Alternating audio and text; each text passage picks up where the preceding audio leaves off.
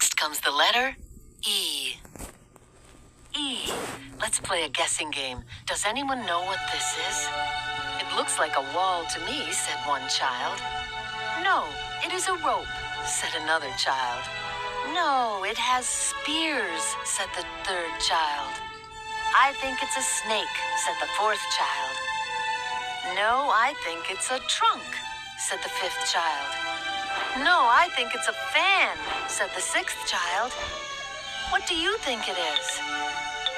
When you put them together, it's an elephant. Elephant starts with E. The elephant is looking for something. What does he find?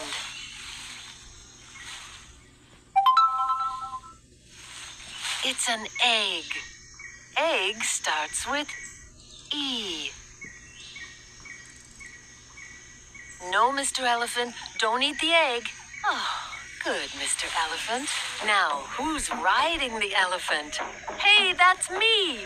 I'm riding the elephant. Riding the elephant is so much fun.